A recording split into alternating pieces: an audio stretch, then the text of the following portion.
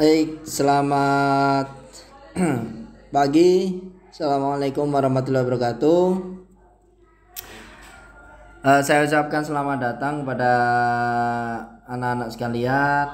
Hari ini kita akan membahas materi tentang lembaga-lembaga negara pasca amandemen UUD 1945. Kita akan membahas tentang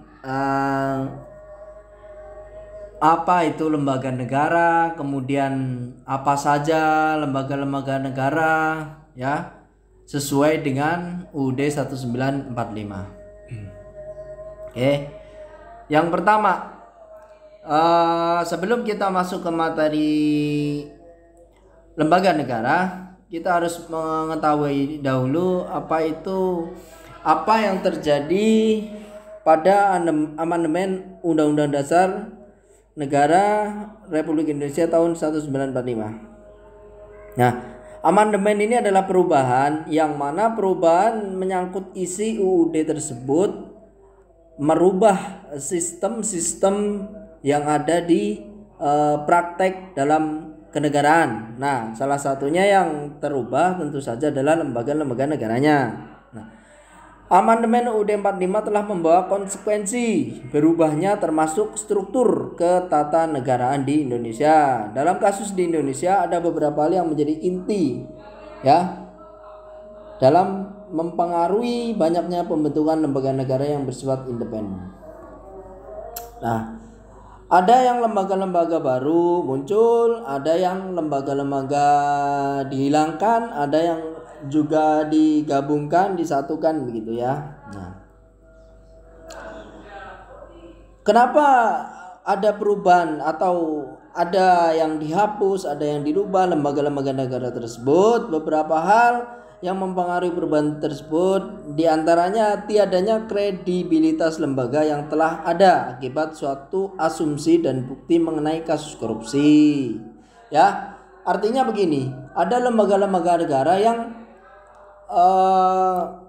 dicurigai tidak efisien, artinya manfaatnya kurang, ternyata banyak menimbulkan korupsi, tidak ada hasil kerja yang jelas, itu kan menghambat berjalannya negara, pemerintahan.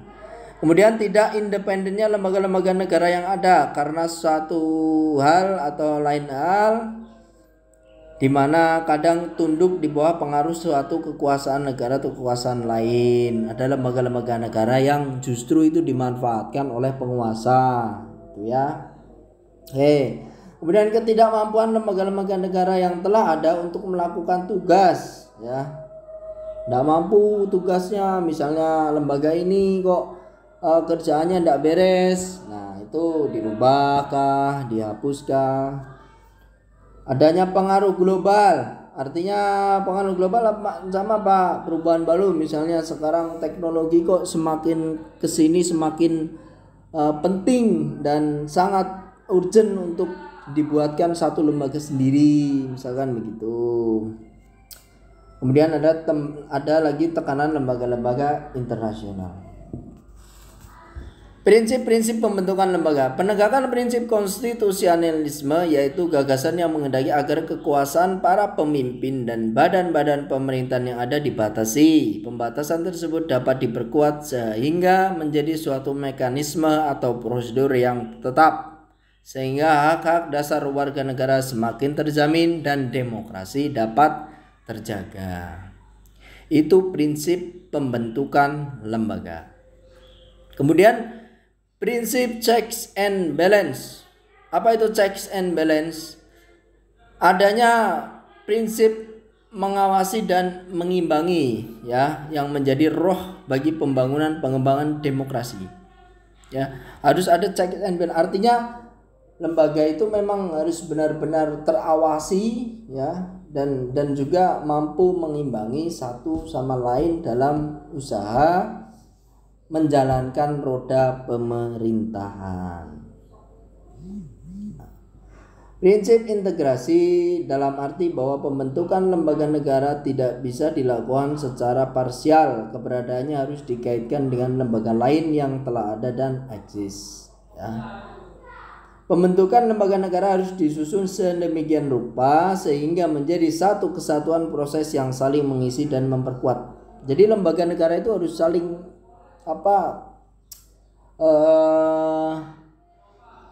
harus saling bekerja sama, ya. Jadi tidak bisa lembaga kemudian berjalan masing-masing karena saling berhubungan satu sama lain. Kemudian prinsip kemanfaatan bagi masyarakat, yaitu pembentukan lembaga negara bertujuan untuk memenuhi kesejahteraan warganya dan menjamin hak-hak dasar yang dijamin konstitusi. Harus ada manfaatnya bagi masyarakat, itu yang paling utama, karena sesungguhnya pemerintahan itu berjalan, lembaga-lembaga itu dibuat adalah demi kesejahteraan warga dan masyarakat umum. Ada 3 jalur pembentuk lembaga negara berdasarkan Undang-Undang Dasar 45, terdiri dari MPR, DPR, DPD, Presiden, dan masih banyak di situ ya. Nanti kita akan bahas lebih lanjut masalah ini. Berdasarkan undang-undang, beda ya. Tadi ada undang-undang dasar dan berdasarkan undang-undang. Undang-undang dasar itu adalah tertinggi, hukum tertinggi negara kita. Kalau undang-undang ini di bawahnya undang-undang dasar secara hierarki tingkatannya ya.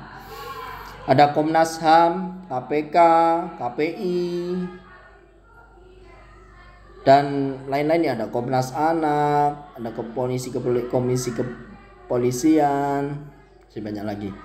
Ada berdasarkan keputusan presiden, ombudsman, kemudian Komisi Hukum Nasional terhadap perempuan, ya. Artinya ini adalah pembentukan lembaga negara yang berdasarkan dari baik itu undang-undang dasar, undang-undang maupun keputusan presiden. Lembaga yang kedudukan kewenangannya setara dalam Undang-Undang Dasar 45, ya, yang setara dengan UUD 45, lembaga negara yang setara, ya. Baik. Pertama, presiden dan wakil presiden. Kemudian ada DPR, DPD, MPR, BPKM, AMK, KY, itu setara. Itu adalah di pusat, letaknya di Jakarta semua. Presiden dan wakil presiden siapa? Yang saat ini sekarang adalah Presiden Joko Widodo dan Ma'ruf Amin, wakil presidennya. Kemudian DPR-nya, DPD-nya itu sama, setara, tidak ada yang lebih tinggi, tidak ada yang lebih rendah. Ya, ini presiden wakil presiden dipilih oleh rakyat secara langsung. Kita tahu ya, kalau yang sudah nyoblos mungkin sudah merasakan ini. Ini setiap 5 tahun sekali. Kemudian ini mengenai presiden dan wakil presiden, kalian nanti bisa simak sendiri ya. Ini yang jelas adalah pasal-pasal mengenai presiden, seperti bagaimana apabila presiden melakukan kejahatan, ini ada semua. Kemudian DPR tugas dan fungsinya apa? Yaitu membuat undang-undang dan mengawasi jalannya pemerintahan. Ya, tugas legislasi. Ya, ini masih tugasnya sebagai DPR. Ya, ini kan sederajat dengan presiden. Kemudian DPD. Jika DPR merupakan lembaga perwakilan yang mencerminkan perwakilan politik, maka DPD merupakan lembaga perwakilan yang mencerminkan perwakilan daerah. Ya, politik artinya DPR itu kan terdiri dari partai, anggota partai, kan. Kemudian kalau DPD adalah perwakilan tiap-tiap masing-masing daerah, bedanya itu. Sebagai lembaga legislatif, DPD mempunyai kewenangan di bidang legislasi, anggaran, pengawasan, dan pertimbangan seperti halnya DPR, ya, sama dengan DPR. Hanya saja konstitusi menentukan kewenangan itu terbatas, tidak sama dengan yang dimiliki DPR. DPD. Kemudian apa lagi? MPR, Majelis Permusyawaratan Rakyat, ya. Nah, ini yang jelas terasa perubahannya sebelum undang-undang dan setelah undang-undang. Keberadaan MPR pasca perubahan UUD 45 telah sangat jauh berbeda dibanding sebelumnya. Kini MPR tidak lagi melaksanakan sepenuhnya kedaulatan rakyat dan tidak lagi berkedudukan sebagai lembaga tertinggi negara. Dulu sebelum amandemen, MPR ini lembaga yang paling tinggi. Bahkan presiden dan wakil presiden itu ditentukan oleh MPR. Nanti kita akan membahas MPR itu anggotanya siapa saja. MPR itu anggotanya adalah DPR, DPD, wakil golongan, itu semua. Jadi perwakilan-perwakilan dari setiap organisasi maupun lembaga negara. Nah, sekarang MPR ini sejajar dengan DPR dan presiden, tidak ada yang lebih tinggi. Yang tertinggi setelah amandemen undang-undang adalah rakyat Indonesia. Itu adalah tertinggi. Ini keputusan rakyat Indonesia. Tidak ada yang lebih tinggi lagi. Itu adalah wujud dari sistem demokrasi. Kemudian BPK atau Badan Pemeriksa Keuangan. Ini kerjaannya sudah jelas ya. Yang ngurusin keuangan, masalah keuangan negara, tentu saja itu. Anggaran-anggaran negara itu ada di BPK semua. Kemudian Mahkamah Agung, yaitu ini adalah lembaga peradilan. Ya, ini yang paling tinggi adalah Mahkamah Agung. Banyak tugasnya menguji peraturan perundang-undangan. Kemudian selain itu mengatur rekrutmen hakim agung yang diusulkan oleh Komisi Yudisial kepada DPR. Ini banyak. Nah, hakim agung ini ditetapkan oleh presiden. Kemudian Komisi Yudisial. Ini termasuk baru ya setelah amandemen. Tugas utama Komisi Yudisial adalah mengusulkan pengangkatan hakim agung dan mempunyai wewenang lain dalam rangka menjaga dan menegakkan kehormatan, keluhuran, martabat dan perilaku hakim. Kemudian ada MK. Ini mengenai administrasi ya. Seperti sengketa pemilu, kemudian partai politik, ini di Mahkamah Konstitusi. Biasanya kalau pas musim pemilu, Mahkamah Konstitusi ini banyak sekali perannya. Kewenangan MK sebagai pengawal konstitusi ya, melakukan pengujian undang-undang, memutus sengketa, memutuskan pembubaran partai, perselisihan pemilu, pendapat DPR dan presiden, ini ya. Jadi peradilan. Hubungan antar lembaga negara pasca amandemen UUD 45 yang fungsional, hubungan pengawasan, penyelesaian sengketa, bersifat pelaporan dan bertanggung-jawaban. Hubungan yang bersifat fungsional ya, antara DPR, DPD membuat undang-undang dan APBN, anggaran pembangunan dan belanja negara. Hubungan DPR dan DPD ya, hubungan KY DPR presiden dalam mengangkat hakim, kemudian pengawasan anggaran BPK dan menteri-menteri lain.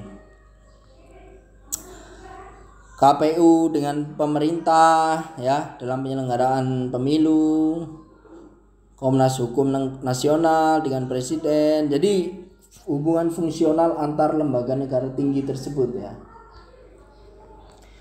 Hubungannya bersifat pengawasan presiden dengan DPR.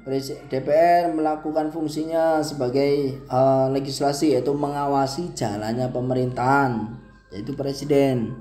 Ya, jadi yang mengawasi presiden itu adalah DPR. Kemudian DPD, MA dengan presiden ya. KPK dengan pemerintah, Ombudsman Nasional. Tuh. Hubungan yang berkaitan dengan penyelesaian sengketa, MK dengan lembaga-lembaga negara lain, sengketa kewenangan antar lembaga. Antar lembaga itu bisa bersengketa. Nah, MK inilah sebagai penengahnya. Hubungan yang bersifat pelaporan atau pertanggungjawaban, DPR kepada presiden, presiden kepada DPR, gitu ya. Oke. Itu saja untuk materi kali ini. Nanti mungkin ada tugas-tugas berikutnya. Untuk materi kali ini sampai sini saja. Silakan dipahami. Nanti tugas berikutnya Bapak sampaikan lewat classroom. Oke. Terima kasih. Selamat pagi. Assalamualaikum warahmatullahi wabarakatuh.